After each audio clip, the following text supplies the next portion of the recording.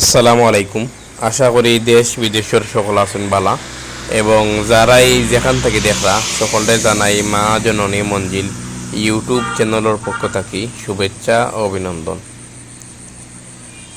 আজকে আপনারা মৌলভীবাজারের ঐতিহ্যবাহী মনু নদী যেটা এই মনু নদীর কিছু দৃশ্য দেখানোর চেষ্টা করবো এবং আপনারা আমরা লগে থাকবা মা জননী মঞ্জিল ইউটিউব চ্যানেল রে সাবস্ক্রাইব কইরা লাইক কমেন্ট শেয়ার কইরা আমরা লগে থাকবা। ও দেখুকা মনু নদীর অবস্থা আসলে পানি আগর থেকে অনেকটাই বেশি গেছে, হইতে গেলে পানি নেই ডুবাডুব। ও দেখুকা হইতে গেলে ফারোর লগে একবারে পানি লেভেল হয়ে গেছে।